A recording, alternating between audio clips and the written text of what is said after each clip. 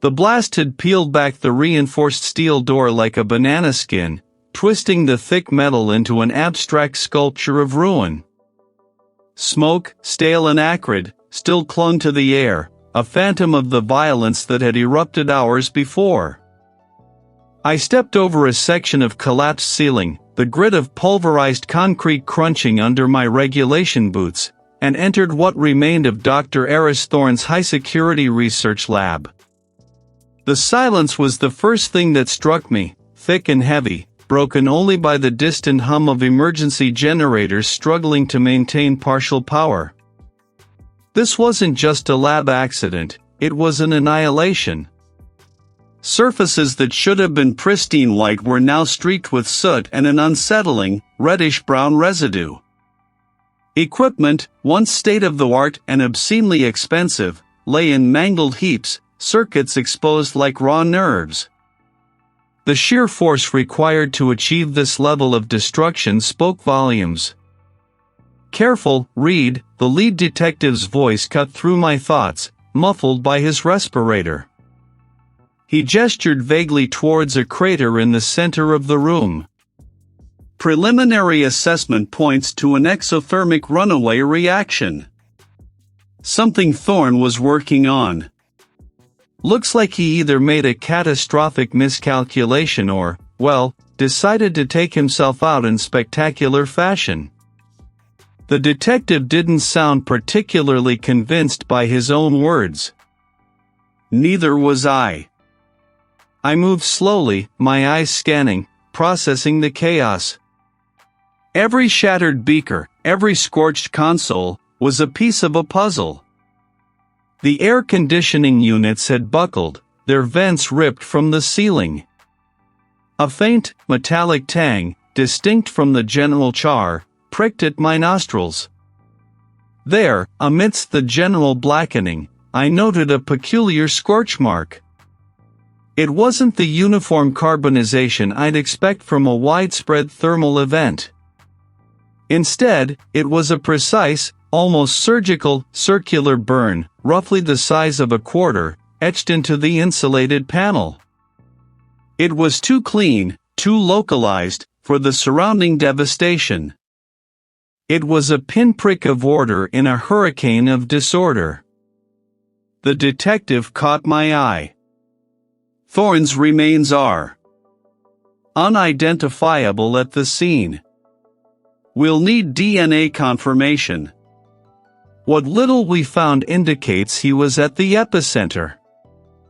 I nodded, my attention still fixed on the peculiar burn. "And this containment locker? It seems to have held up remarkably well. Built like a bunker. Rated for extreme pressures. He stored his most sensitive reagents in there, apparently. Did anything breach it?"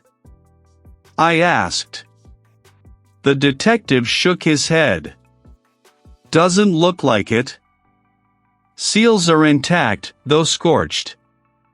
My internal alarm bells, faint at first, began to chime with more insistence. An extreme runaway reaction, yet the most sensitive materials were protected? And that burn mark. It was nagging at me. It felt like a signature, not a random consequence. I spent another hour sifting through the debris, directing a junior forensic technician to meticulously bag and tag fragments, focusing specifically on materials near the anomalous burn. I found nothing else definitive at the scene that screamed murder, but the seed of doubt had been planted, a tiny, stubborn sprout in the fertile ground of my skepticism. Back at the crime lab evidence processing clean room, the sterile environment was a stark contrast to the destruction I'd just left.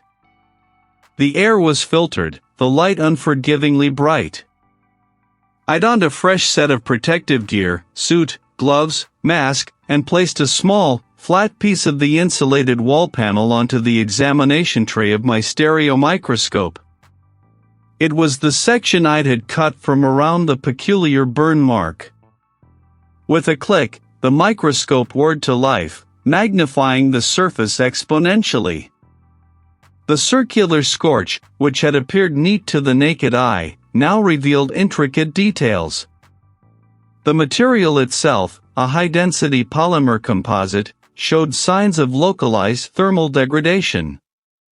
But it wasn't the kind of widespread heat damage consistent with a massive explosion. This was focused. I adjusted the focus, my breath held.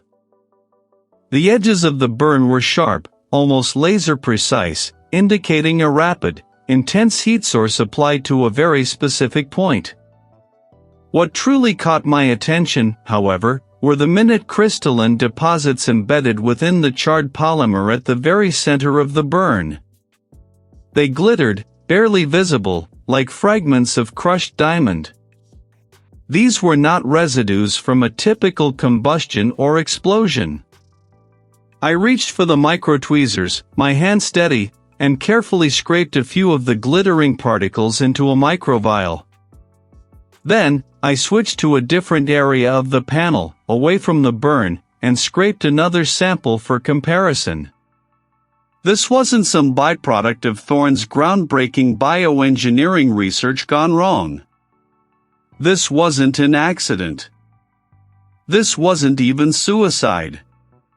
The crystalline residue, combined with the precise nature of the burn, suggested a directed energy source, something designed to achieve a specific effect, not a random catastrophic failure. And the lack of similar deposits or focused burns elsewhere in the lab, despite the widespread devastation, only deepened the mystery. Someone had used something highly specialized, intimately familiar with the lab's layout and vulnerabilities, to ensure the outcome looked like an accident. My jaw tightened. This wasn't a case of negligence. It was an elaborate stage. Dr. Aris Thorne hadn't just died, he had been murdered, and the perpetrator had gone to extraordinary lengths to hide their tracks. My job was to peel back those layers, one microscopic trace at a time. The real work had just begun. My internal alarm bells, faint at first, began to chime with more insistence. And that burn mark. It was nagging at me. It felt like a signature, not a random consequence. I spent another hour sifting through the debris, then packed the most promising fragments for deeper analysis. The lab was a charnel house of shattered glass and charred electronics, but the devil, as always, would be in the details I could pull from the wreckage. Fluorescent lights cast a harsh glow on my gloved hands as I meticulously arranged a grid of samples taken from Thorne's lab coat and a small, resilient fragment of his skin, carefully preserved. My breath misted faintly on the face shield. I leaned over the stereo microscope, adjusting the focus knob with a practiced thumb and forefinger. The coarse fibers of the lab coat appeared first, singed and brittle, then the delicate, almost imperceptible texture of skin. Then I saw it.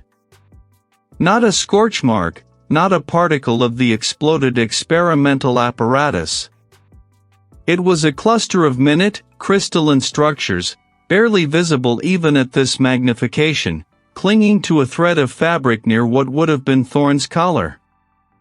They glinted faintly, reflecting the microscope's light with an unnatural brilliance.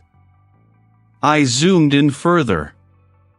These weren't glass shards, nor any known compound from Thorne's bioengineering work. Their geometric perfection, the way they caught the light, it was distinct. Too distinct. I isolated a few, carefully transferring them to a slide for spectrometry. My gut tightened. This wasn't incidental. This was a foreign element, something that absolutely did not belong in a high-security research lab, let alone on the victim of a supposed accident. Later that afternoon, the preliminary autopsy report landed on my desk, a thick stack of images and technical jargon. The medical examiner, a no-nonsense individual with an almost clinical detachment, had already called me with the highlights. I scanned the initial findings, looking for anything beyond the obvious catastrophic trauma. The examiner noted extensive thermal injuries, consistent with a rapid, high-temperature event. But then I hit the section on internal examination. My eyes snagged on a specific entry. While the external burns were severe, certain deeper tissues, particularly those surrounding Thorne's core organs, showed signs of rapid cellular degradation that predated the major thermal trauma. Not extensive, not immediately fatal on its own, but undeniably present. It was as if his body had begun to break down before the explosion, or perhaps coincident with its very onset, in a way inconsistent with a purely external heat source. The internal damage, read, the examiner's voice echoed in my mind from our earlier conversation. It's localized. Like a sudden, internal systemic shock. Not what you'd expect from a simple pressure wave or external flash fire, which typically causes more uniform trauma. And there's a peculiar absence of soot in the lower respiratory tract, despite the severity of the blast. My suspicions solidified. The microscopic crystals, the pre-existing internal cellular degradation, the missing soot. This wasn't an accident. This was orchestrated. My first order of business was to chase down the immediate connections. Thorne was a titan in his field, and titans always cast long shadows. I dispatched a colleague to interview the administrative staff at Thorne's research facility, while I personally focused on the more contentious relationships. The first name that came up was the rival scientist, a Dr. Silas Vance. Vance and Thorne had a history, a bitter rivalry spanning years over intellectual property and funding. Thorne had famously outmaneuvered Vance for a lucrative grant just months prior. I remembered hearing about it. Vance had publicly accused Thorne of stealing his preliminary research, a claim Thorne had vehemently denied. When my colleague managed to get Vance on the phone, the man's tone was dismissive, almost smug. He spoke of Thorne's reckless ambition and lack of ethical oversight, carefully avoiding any direct accusation, yet painting a picture of a man whose own hubris inevitably led to his downfall. It was a classic deflection, almost too practiced. Then there was the former research assistant, a young woman named Maya. He had worked closely with Thorne for nearly 2 years before abruptly resigning 6 months ago. The official reason cited was creative differences, but the whispers suggested a more acrimonious split. Thorne was known for his demanding nature and possessive control over his projects. Maya, according to my colleague's brief notes from the initial interviews, had been particularly vocal about Thorne's secrecy, even within his own team. She'd hinted at unethical shortcuts Thorne might have been taking. When asked about Thorne's death, Maya had been distraught, yet her grief felt tempered by a strange undercurrent of resentment. She spoke of Thorne as a brilliant monster, a man who deserved everything he got, even if it wasn't what he deserved. The contradiction hung heavy in the air. 2 immediate leads, each with a plausible motive, each leaving me with more questions than answers. The rival scientist, calm and calculated. The former research assistant, emotionally volatile and conflicted. Both had access, both had reasons to resent Thorne. But neither explained the unique trace element, nor the unsettling internal inconsistencies from the autopsy. My grip tightened on the autopsy report. The game had just begun. Clad in a full-body Tyvek suit, gloves, and a hood that muffled even my own breathing, I leaned over a specialized workstation. Before me, laid out on an anti-static mat, was Thorne's primary research drive, carefully extracted from the wreckage of his lab. The drive itself was a testament to his obsession with security, a heavily reinforced, proprietary solid-state unit, requiring specific biometric and cryptographic keys, all of which had been bypassed by our cyber forensics unit. My task was to sift through the digital debris, to find the story the data wanted to tell. The screen glowed with directories and subdirectories, a labyrinth of alphanumeric codes. Thorne's work, as expected, was compartmentalized to an extreme degree. I navigated through layers of encryption, each one peeling back to reveal more intricate layers of his mind. The project files were labeled with innocuous code names, but the sheer volume and complexity hinted at something far beyond standard. Academic pursuits.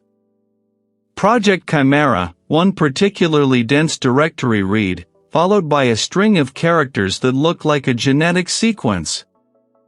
This wasn't about finding a cure for the common cold. This was about rewriting the playbook of life itself. I started with the most recent activity logs, tracing Thorne's digital footprint in the days leading up to his death. His routine was meticulous, almost obsessive: daily backups, nightly system checks, constant data input. Then, I hit a snag. A series of access attempts from an unregistered IP address, roughly 72 hours before the incident. The attempts were sophisticated, designed to look like routine network traffic, but my tools flagged the minute deviations, the almost imperceptible digital fingerprints of an intruder. It was like finding a single grain of sand in a meticulously swept room.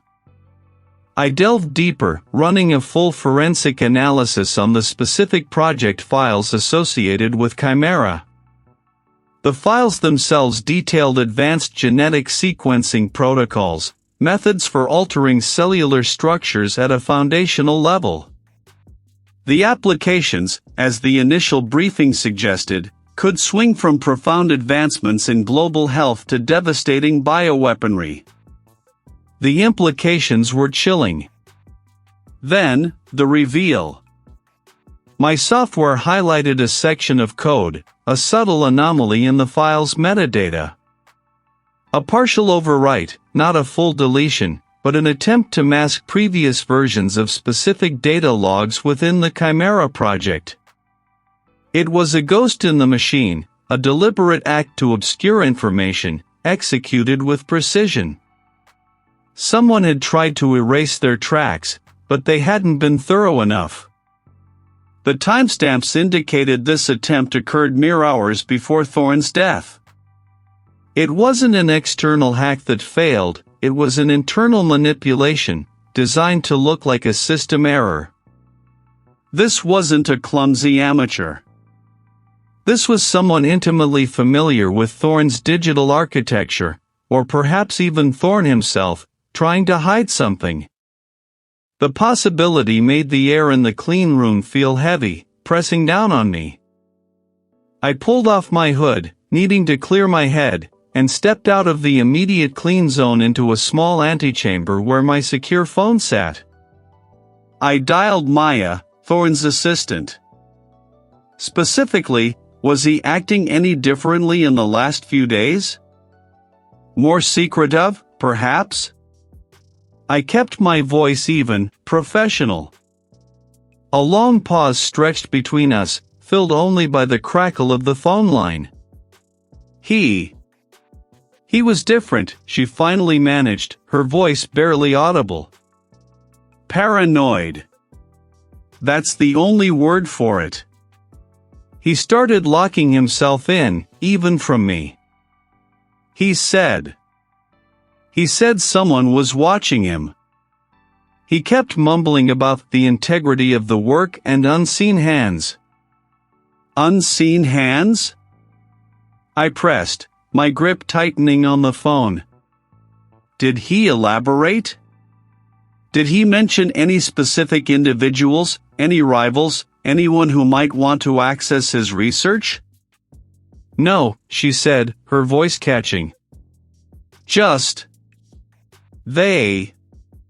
He started backing up everything, encrypting files he'd never encrypted before. He even moved some of his older, less critical data to a separate, offline server. Said he was cleaning house before the storm. Cleaning house, I repeated, the words echoing the partial data wipe I just uncovered. When did this paranoia start, Maya? A few weeks ago, maybe a month, she replied, a faint sniffle on the line. But it escalated sharply in the last few days. He looked terrified. He told me to be careful, to trust no one. I told him I hadn't. He just stared at me, then apologized, said he was seeing ghosts. My mind raced, connecting Maya's fragmented observations with the digital ghosts I'd just unearthed. The attempted data wipe, the sophisticated access attempts, Thorne's escalating paranoia. It painted a picture far more sinister than a simple accident or even a suicide.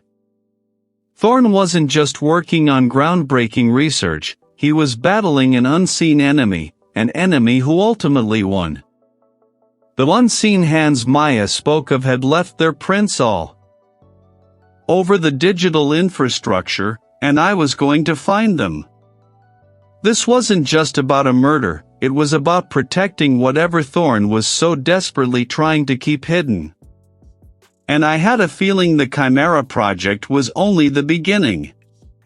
A quiet corner of the university campus, nursing a lukewarm coffee. Dr. Thorne was difficult, she admitted, her voice barely above a whisper. He pushed us, pushed himself. He was obsessed with his project, wouldn't let anyone else near it. Not even me, towards the end. What was the project, Maya? I asked gently. She hesitated, glancing around as if afraid of being overheard. It was groundbreaking. Something about advanced genetic markers, a way to resequence human cells for purposes I didn't fully understand. But he was so secretive. He fired me 2 months ago, said I was a distraction. I think he just wanted to work alone. Any hard feelings after being fired? She shook her head slowly. More fear than anger. He was changing, becoming paranoid. He thought people were watching him, trying to steal his work. I was upset, yes, but I respected his genius. I wouldn't hurt him. I wasn't even in the city when it happened, visiting family. Her alibi, like Vance's, seemed solid. But her fear, that was genuine. It resonated with Thorne's alleged paranoia, painting a picture of a man under siege, not just a victim of bad luck. Armed with the knowledge of Thorne's paranoia, I delved into the digital remnants of his lab, a task that required navigating layers of encryption and bespoke security protocols. The IT specialist, a quiet individual with quick fingers, worked diligently beside me in the police department basement, where we'd set up a temporary digital forensics station. He really didn't want anyone getting into this, Reed, the specialist murmured, his face illuminated by the glow of the monitor. Multiple firewalls, custom-built authentication. It's like he was preparing for an invasion. After hours of painstaking, Thorne wasn't just working on a breakthrough, he was fighting for his life, and losing. The implications settled over me like a shroud. This wasn't a lab accident, nor a desperate act of a brilliant mind. This was a calculated execution, meticulously disguised. The microscopic polymer residue, the strange burn patterns, they were the killer's signature, left for someone like me to find. And I was finding it. I spent the next 2 days immersed in the sterile hum of the crime lab evidence processing clean room. The air was filtered, the surfaces gleaming stainless steel, the silence broken only by the whirring of equipment and the occasional rustle of my gloved hands. My focus narrowed to the task, sifting through the minutiae of Thorne's final moments. The polymer, that insidious, almost invisible trace, had become my obsession. Under the electron microscope, the polymer strands revealed an intricate, almost crystalline structure, unlike anything I'd logged in my standard forensic database. Its molecular arrangement was too complex, too specific to be a common industrial byproduct. This was engineered, bespoke. I cross-referenced every known synthetic material, every proprietary compound I could access through secure channels. Hours bled into days.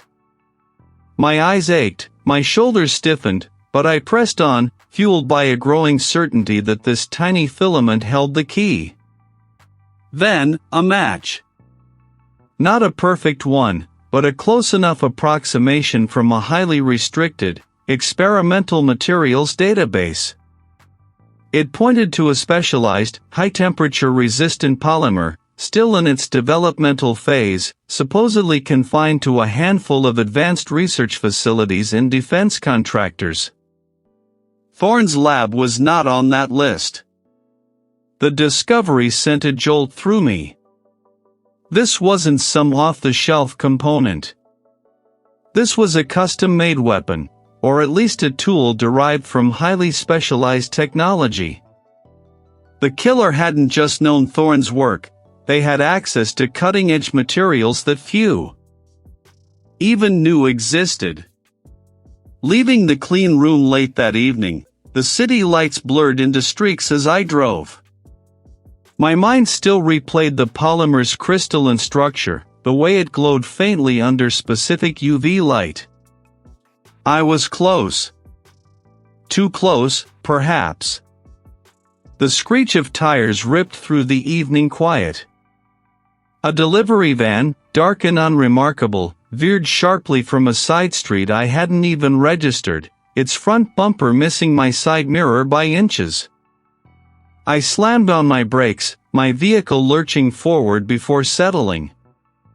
The driver didn't even slow, accelerating through the intersection as if nothing had happened. My breath hitched. Too fast for that turn. Too close for an accident. My hands tightened on the steering wheel, knuckles white. It felt less like a mishap and more like a warning, a sharp prick of ice down my spine. I didn't dismiss it as coincidence. Not anymore. Back in my personal lab, the subtle breach confirmed my growing unease. The door lock, a biometric scanner I trusted implicitly, showed no forced entry. Yet, the air was different, a faint, almost imperceptible scent of ozone that wasn't from my equipment. A stack of case files on my desk, which I had meticulously aligned, was fractionally askew. A pen, always placed precisely perpendicular to my notepad, now rested at a slight angle. Micro scratches, barely visible to the naked eye, marred the surface of a sealed evidence bag containing a sample of Thorne's scorched lab coat, scratches that hadn't been there when I'd sealed it. Someone had been in my space. Someone had been looking. My determination hardened. They weren't just trying to cover their tracks, they were trying to scare me off. It wasn't working. I called Maya. His voice, when he answered, was thin, strained. "Reed? Is everything all right?" "I think you need to tell me everything, Maya," I said, my voice low and steady, belying the knot in my stomach. "Everything you saw, everything you heard, no matter how insignificant it seemed at the time. A long silence stretched between us, punctuated only by her ragged breathing. I could almost feel her fear radiating through the phone line. He was so scared. He told me not to say anything. Say what, Maya? I urged, my patience wearing thin. He wasn't the only one in there, Reed. Not always. I saw someone else. I thought it was just him, working late, but then, one night, I saw them leave. Not Thorne. Someone else. They were tall. And they moved like they owned the place. Like they belonged. My grip on the phone tightened. Did you ever get a look at their face? Anything distinctive? No, she choked out. Always a hood, or they kept their back to me. But I saw them. I swear I did. And Thorne. He started checking the security logs obsessively after that. He changed the access codes almost daily. He knew someone was getting in. He knew. The pieces clicked into place.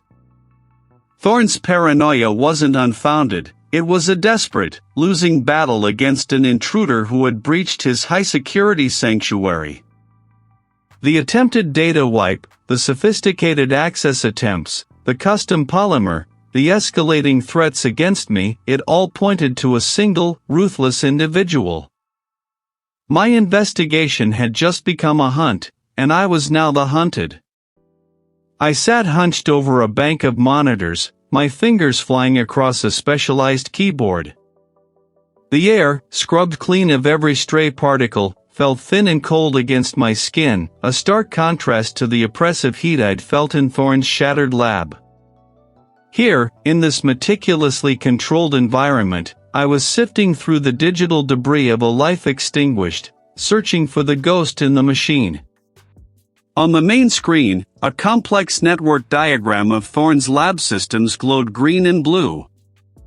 Every sensor, every environmental control unit, every access point, every piece of research equipment, it was all laid bare before me, a digital blueprint of his final moments. My focus was on the environmental control logs and the security system's event records, specifically the period leading up to the catastrophic failure. The initial report screamed accident, a fatal miscalculation by a brilliant mind. But I knew better. The custom polymer, the escalating digital threats against me, the desperate data wipe attempt, these were not the hallmarks of a lone, accidental death. I started with the primary atmospheric regulators. Thorne's research involved highly sensitive atmospheric compositions, requiring constant, precise monitoring. The logs were extensive, a ceaseless stream of data points detailing oxygen levels, inert gas concentrations, temperature, pressure. For hours, I scrolled, my eyes blurring as the numbers marched across the screen. Then, a flicker. A tiny, almost imperceptible blip in the inert gas influx log, approximately 20 minutes before the recorded system failure. It was a fractional increase, an anomaly so minor it would have been dismissed by automated diagnostics as sensor drift or a momentary system recalibration. But I wasn't an automated diagnostic. I was looking for a whisper, not a shout. I cross-referenced that timestamp with the lab's internal security camera footage, scrubbed clean of the visual static from the energy surge. The footage showed Thorne working, oblivious, then a subtle shift in his posture, a slight tremor. He glanced at a monitor off-screen, a fleeting look of concern, then returned to his work. No panic, no rush to shut down. He didn't see it coming. Or rather, he didn't see the true source of it. Zooming in on the environmental control system's network traffic, I isolated the data packets from that specific timestamp. There it was, a brief, encrypted command sequence originating not from within the lab's internal network, but from an external IP address, routed through a series of proxies that made tracing it back a nightmare. A remote trigger. My jaw tightened. Someone had reached into Thorne's sanctuary from afar. The command wasn't a direct shutdown or an overload. It was far more insidious. It initiated a precise, multi-stage manipulation. First, that barely there increase in the inert gas. It was designed to be gradual, to subtly alter the atmospheric composition around Thorne's primary containment unit without triggering immediate alarms. This wasn't about suffocation, it was about creating a specific, volatile environment. Next, I found the corresponding logs for the containment unit's internal heating coils. About 10 minutes after the initial gas influx, the temperature inside the unit began to climb, not rapidly, but steadily, beyond its operational parameters. Again, no immediate alarm, thanks to a carefully timed, subtle override command embedded within the environmental control's diagnostic protocols. A ghost command, designed to mask the rising heat as a normal, albeit high, operational temperature. The culmination came 5 minutes later. The system registered a sudden, calibrated spike in the energy output to the containment unit's internal pressure regulators. This wasn't an explosion, not yet. It was a precise, rapid increase in internal pressure, combined with the already elevated temperature and the altered atmospheric composition. The combination was designed to stress the unit's bespoke materials to their absolute breaking point, mimicking a catastrophic failure of Thorne's experimental process. The final, fatal event wasn't a single, isolated incident, it was a domino effect, meticulously engineered. The containment unit ruptured, releasing its volatile contents into the already compromised atmosphere, triggering the massive energy surge that had incinerated Thorne and destroyed the lab. I leaned back, the chair groaning softly beneath me. The screen reflected my grim face. This wasn't an accident. This was a masterclass in forensic obfuscation. The perpetrator hadn't just killed Thorne, they had meticulously staged his death as a tragic research malfunction. Every step, from the initial inert gas adjustment to the final pressure spike, required intimate knowledge of Thorne's specific experimental protocols, the exact tolerances of his bespoke equipment, and the intricate architecture of his lab's environmental and security systems. This wasn't some random opportunist. This was someone who knew Thorne's work inside and out, someone who could anticipate the precise conditions needed to trigger a devastating, yet seemingly accidental, chain reaction. Someone with access to the highest levels of his operational data, someone who could craft commands that would bypass sophisticated security and environmental safeguards. The tension in the clean room, already palpable, thickened, pressing down on me. I was no longer chasing a ghost, I was hunting a phantom, brilliant and deadly. Stark contrast to the chaotic, scorched remnants of Thorne's lab. Here, every surface gleamed under the unforgiving fluorescent lights, reflecting the meticulous order I imposed on chaos.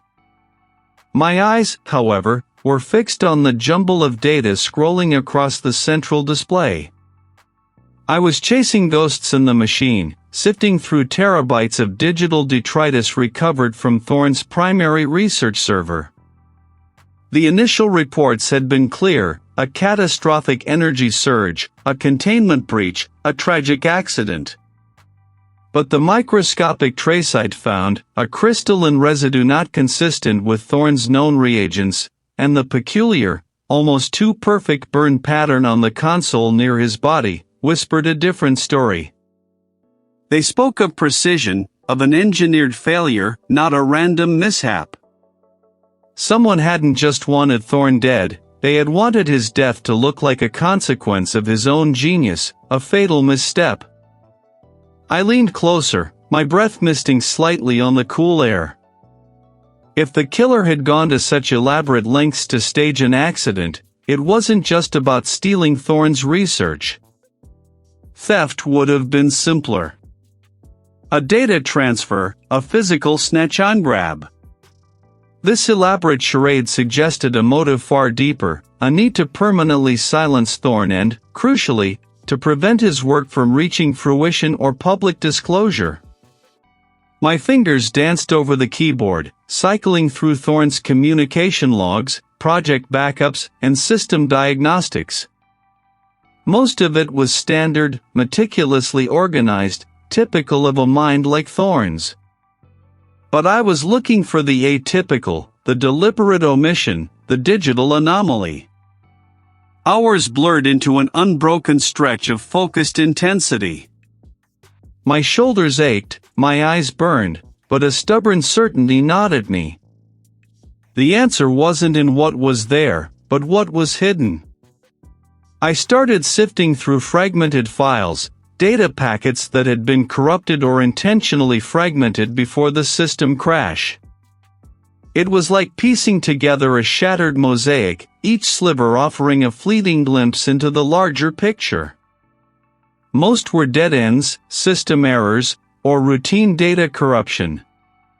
Then, buried deep within a seemingly innocuous subdirectory labeled Archived Regulatory Compliance Documents, I found it. A file, encrypted with a layer of complexity that made my forensics software groan. It wasn't just password protected, it was cloaked, designed to appear as random noise to anyone without the specific key and algorithm. This was no casual encryption.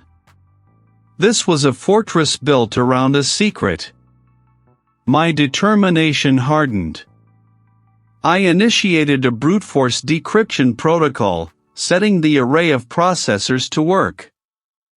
The progress bar crept forward, agonizingly slow.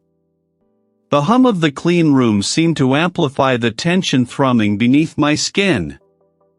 I watched the numbers tick up, my mind racing. What could Thorne have hidden so meticulously? What was so dangerous that its concealment required this level of digital craftsmanship? After what felt like an eternity, the final percentage clicked into place. I opened the first entry.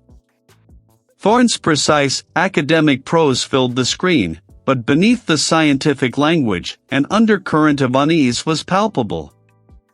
He detailed his growing ethical concerns regarding the potential weaponization of his discoveries.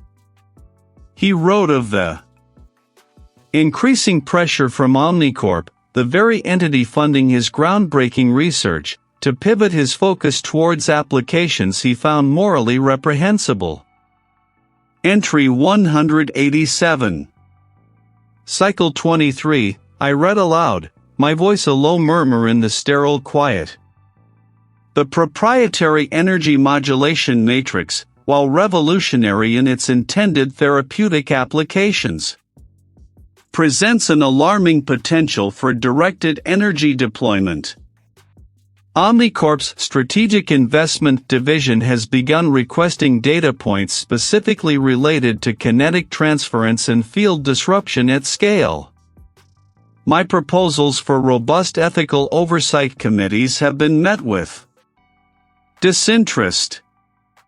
I scrolled further, my breath catching in my throat. Thorne hadn't just been concerned, he had been actively investigating. He had uncovered evidence, detailed in these logs, of Omnicorp's clandestine funding of a separate, more dangerous project.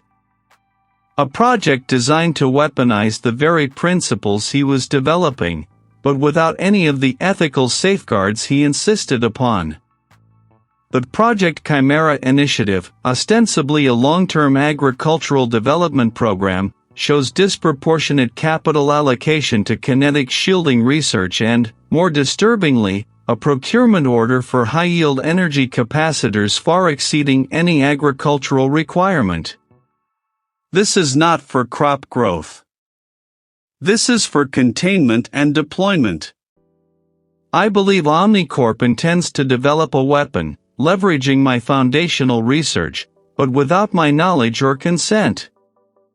My intent is to expose this.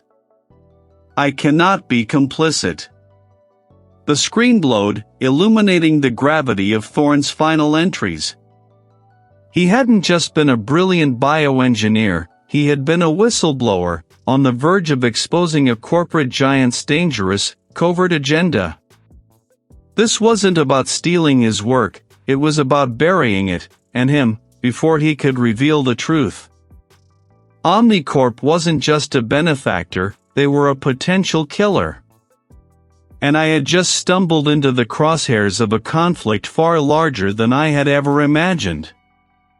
The sterile air in the clean room suddenly felt suffocating.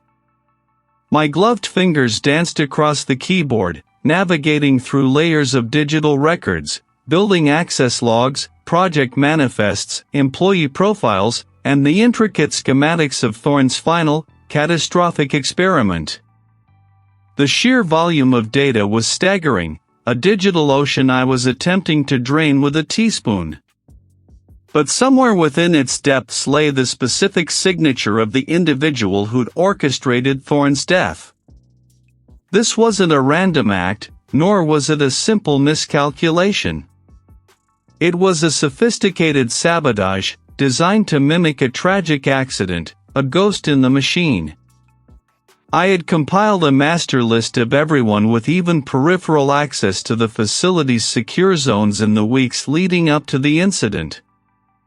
Each name was a node in a complex network, linked to their biometric entry times, their professional background, and their declared reasons for being on site. The initial sweep had flagged dozens, then scores. My task now was to cross-reference their stated expertise against the technical demands of the sabotage. Who among them possessed the specific engineering acumen to manipulate a molecular destabilizer at a subatomic level, and then cover their tracks with such surgical precision?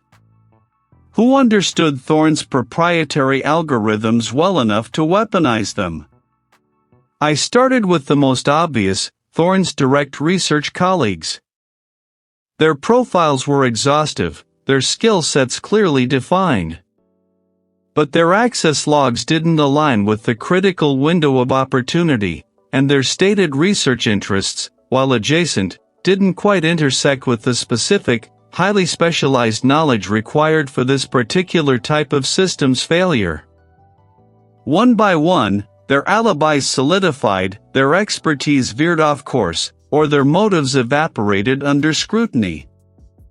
Then I shifted my focus to the external personnel, the contractors, the maintenance crews, the corporate oversight.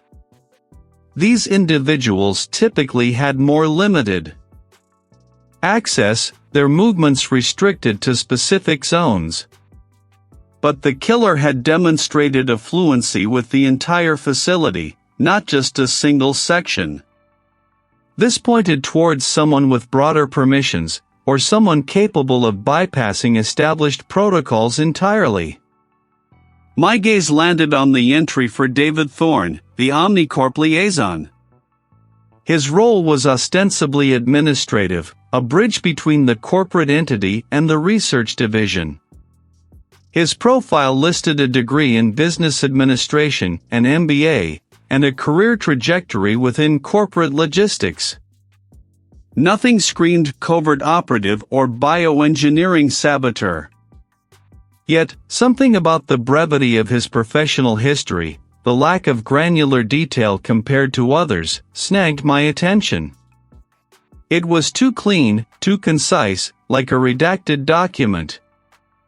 I pulled up his access logs again. He had been in the building frequently, sometimes late at night, often coinciding with periods when Thorne himself was working alone. His entries were always legitimate, logged through standard protocols. But the timing, the sheer volume of his presence, now felt less like diligent oversight and more like persistent surveillance. A hunch, a prickle of unease, pushed me to dig deeper. Standard background checks often only skimmed the surface.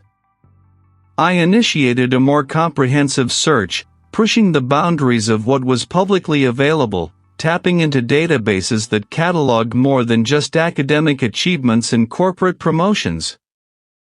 The system whirred, processing the request, its internal fans kicking up a notch in the sterile quiet of the clean room.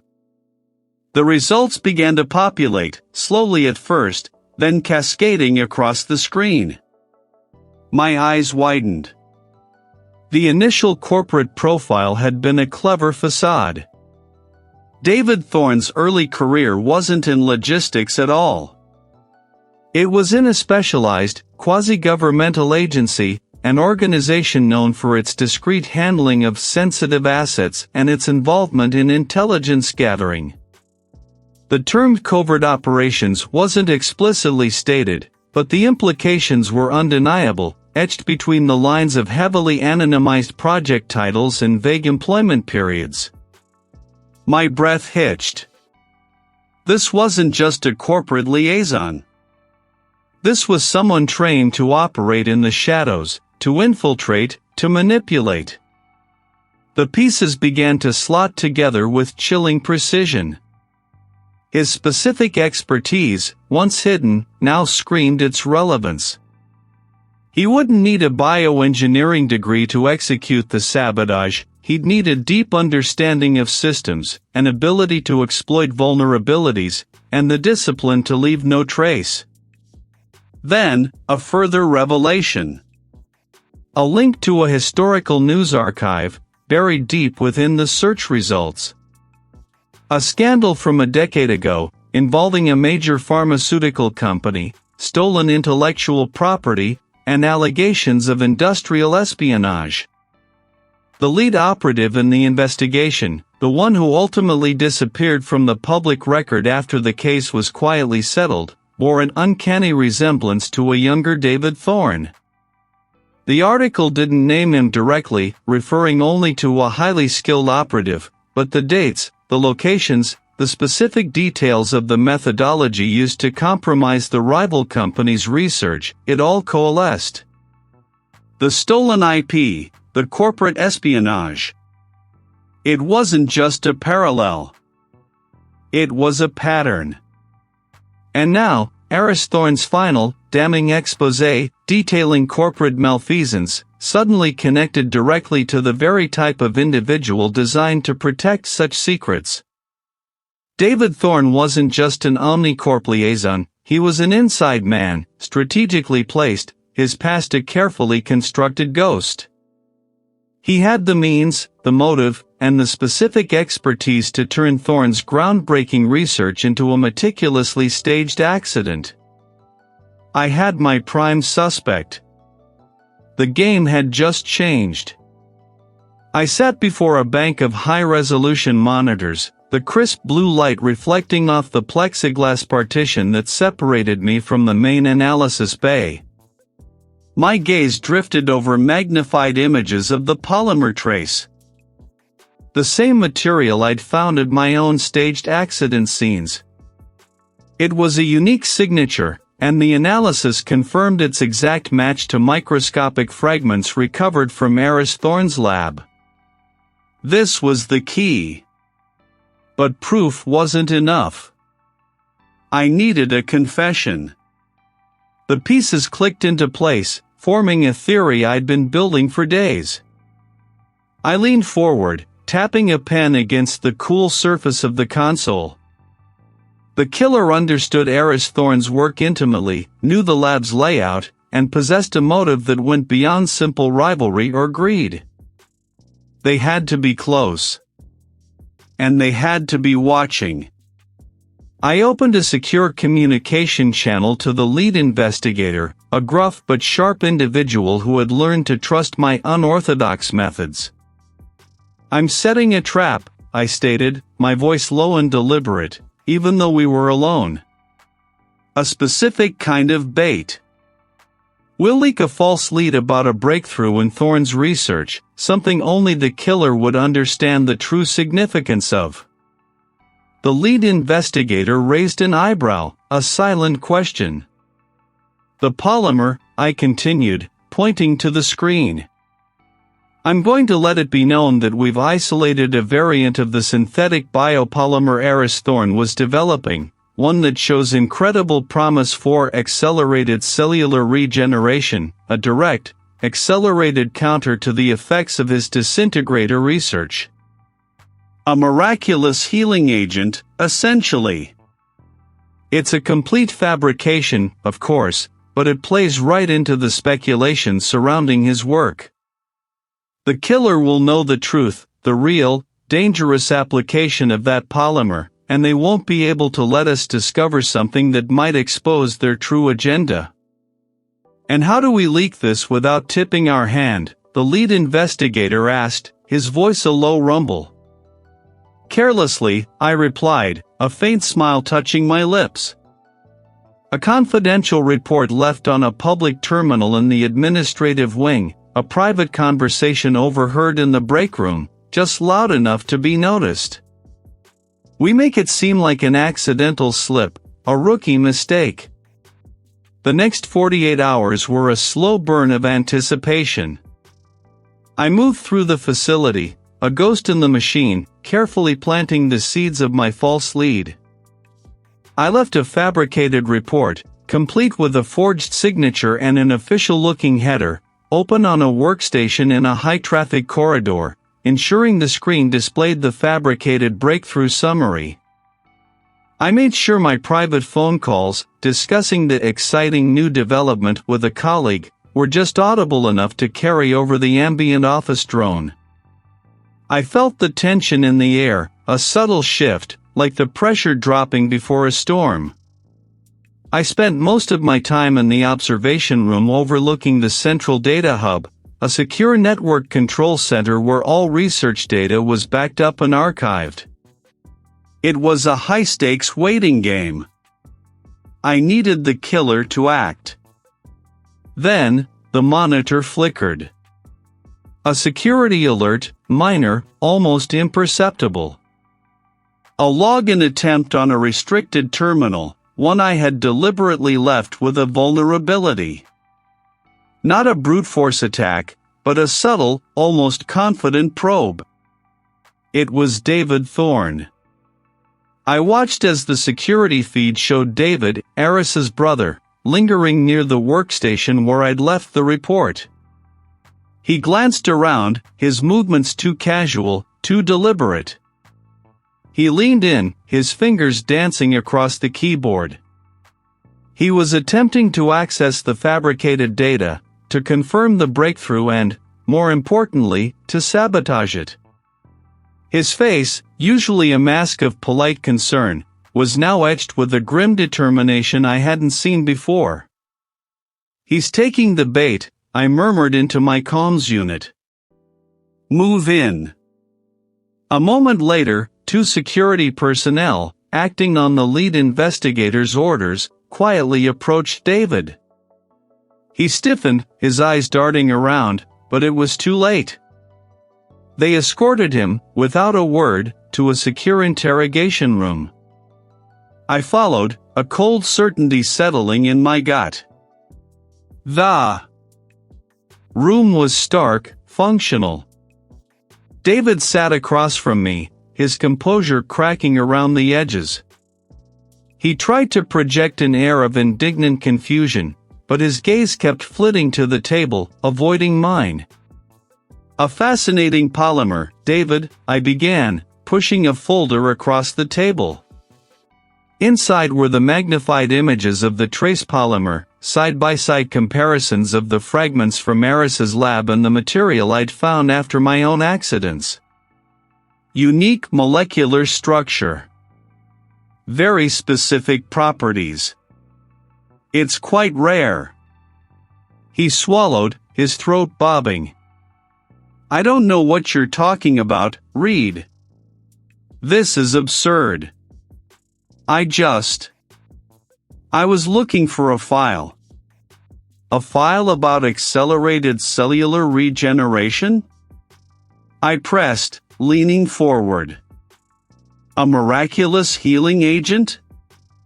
Funny, because our analysis of this exact polymer, from Aris's lab, indicates its primary function is quite the opposite. Rapid cellular degradation. A targeted, highly potent bioweapon. Which, coincidentally, is exactly what we found traces of on the equipment that supposedly malfunctioned during my own investigations. I laid out a series of high-resolution printouts, the burn patterns, the residue analysis, the timestamped security log showing his presence near the accident sites. Each piece of evidence was a hammer blow. His face went pale, the carefully constructed facade crumbling. "Aris found out," David whispered, the words barely audible, "a dam breaking." His eyes, now devoid of their earlier pretense, were filled with a raw, desperate fear. He wasn't developing a healing agent. He was perfecting a bioweapon for Omnicorp. A targeted pathogen that could be delivered with surgical precision. He realized what they intended to do with it, the scale of the potential devastation. He threatened to expose them. He took a shaky breath. A faction within Omnicorp. They approached me. They said Aris was a liability, that his idealism would ruin everything. They tasked me to neutralize him, to make it look like an accident. They knew I understood his work, the lab's intricacies. They promised me everything. A position of power, wealth. And ensure the research continued, under their control. His gaze finally met mine, a flicker of something akin to relief mixed with profound despair. He was my brother. But they made it clear, if I didn't, they'd find someone else. And Aris. He would still be neutralized. And I'd be next. The words hung heavy in the air, the true horror of it settling deep in my bones.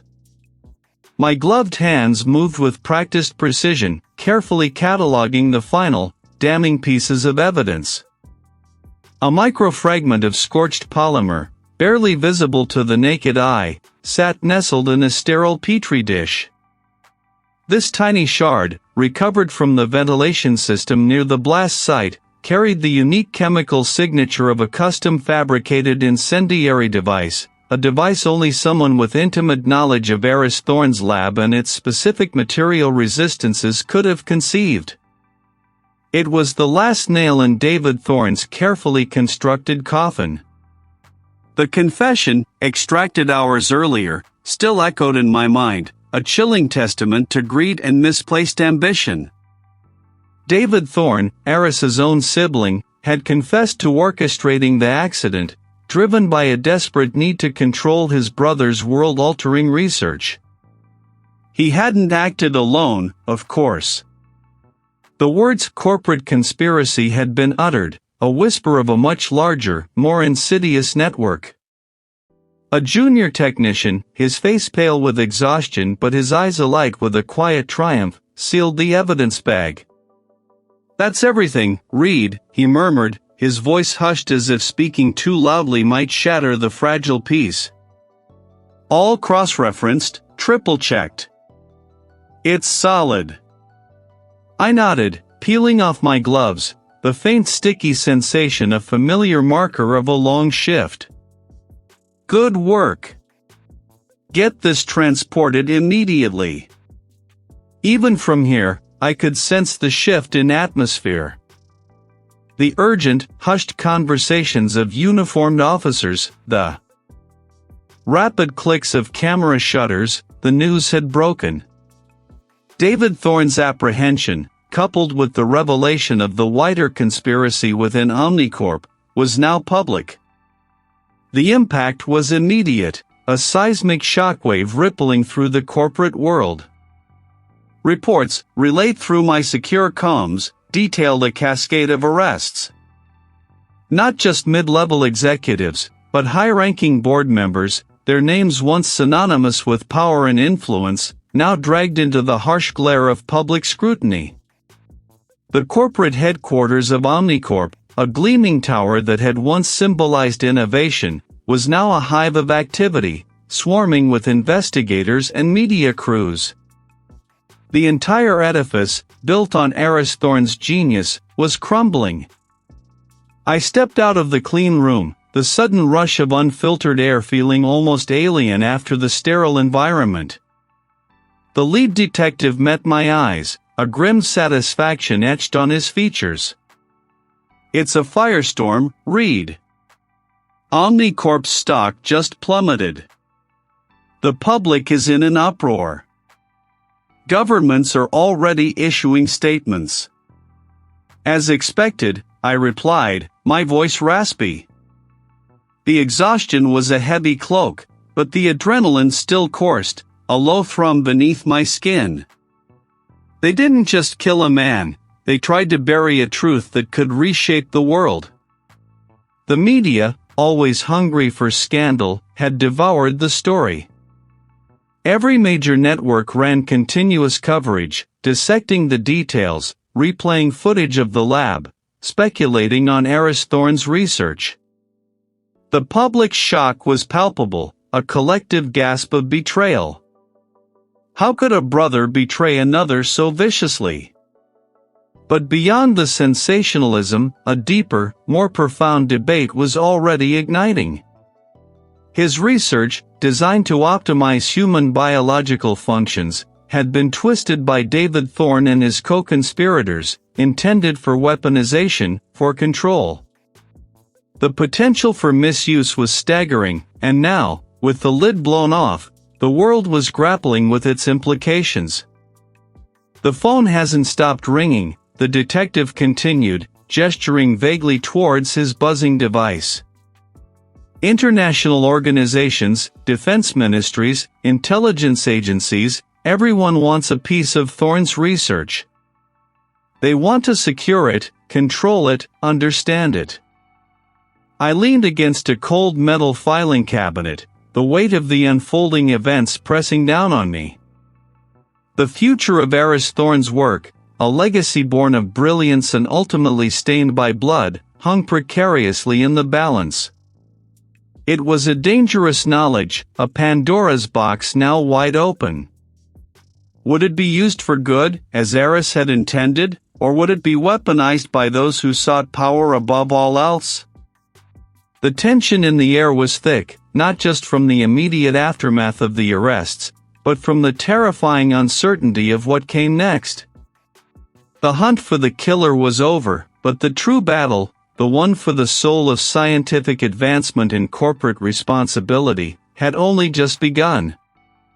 And I, a forensic investigator who merely sought the truth behind a single death, found myself standing at its epicenter, utterly drained but acutely aware that my role in this unfolding drama was far from over. I shifted my weight, the chill of the metal filing cabinet still a lingering presence against my back. The very air in this meticulously scrubbed environment felt heavy with the unspoken answers, the grim possibilities. My gaze drifted across the stainless steel surfaces, past the specialized tools laid out with surgical precision.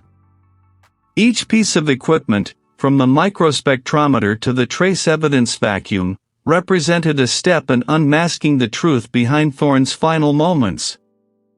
We'd pieced it together, thread by agonizing thread. The killer, driven by a twisted vision of controlling Thorne's advancements, had executed a plan of chilling ingenuity. The perpetrator, a colleague who had once shared Thorne's vision, had become consumed by the potential power. No remorse, just a flicker of frustration at being caught. They believed they were salvaging a legacy, ensuring its proper application. But in their arrogance, they had only corrupted it further. The true weight of this case wasn't just the murder itself, brutal as it was. It was the legacy Thorne left behind, the very core of his research. A dangerous knowledge, a Pandora's box now wide open. The implications stretched far beyond the confines of that high-security research lab. We had recovered the data, secured the samples, but the genie was out of the bottle. The intellectual property, the conceptual framework, that couldn't be locked away. It was a blueprint for a future that could either cure or devastate, depending on whose hands it fell into next. I walked over to a workstation, sterile gloves already on, and picked up a sealed evidence bag. Inside, a fragment of charred circuit board, one of the last pieces of physical evidence from Thorne's lab, shimmered faintly under the fluorescent lights. It was a testament to the violence, a silent scream frozen in plastic. My fingers traced the outline of the bag. Every case chipped away at something inside me, leaving a residue of cynicism, a deeper understanding of the depths of human depravity. But it also reinforced my resolve. Someone had to stand between the meticulous orchestrators of destruction and the unsuspecting world. Someone had to sift through the wreckage, find the truth, and ensure accountability. This case, perhaps more than any other, had forced me to confront the profound ethical tightrope that scientific progress often walked. Where was the line? When did ambition become hubris, and innovation become a weapon? Thorne, in his relentless pursuit of discovery, had seemingly ignored the guardrails, and paid the ultimate price. His killer, believing they could control the outcome, had only proven how easily power could corrupt. The initial shock of the investigation had faded, replaced by a quiet, persistent hum of unease. We had closed the book on the murder. The perpetrator was contained. Justice, in its immediate, legal sense, had been served. But the underlying tension, the profound questions about Thorne's work and its inevitable impact, remained unresolved. The murder was a symptom, not the disease. The disease was the unchecked pursuit of power, disguised as progress. A colleague, wearing a full clean room suit, approached my station, holding a small, sealed container. "Read," their voice was muffled by the mask. "This came in with the new intake. From that warehouse fire last night." I nodded, setting down the circuit board fragment. The sterile environment, usually a sanctuary of controlled order, suddenly felt like a temporary buffer against the relentless chaos of the outside world. My eyes met theirs, a silent acknowledgement of the unending cycle. "Looks like a complex burn pattern," the colleague continued, placing the container on the counter. "And some unusual residue." I leaned closer, my gaze fixed on the anomaly within the container. Another puzzle. The fight for justice, it seemed, was never truly over. The dangerous knowledge, the Pandora's box, might have been from Thorne's lab, but there were countless others, waiting to be opened. And I would be there, sifting through the dust, searching for the truth.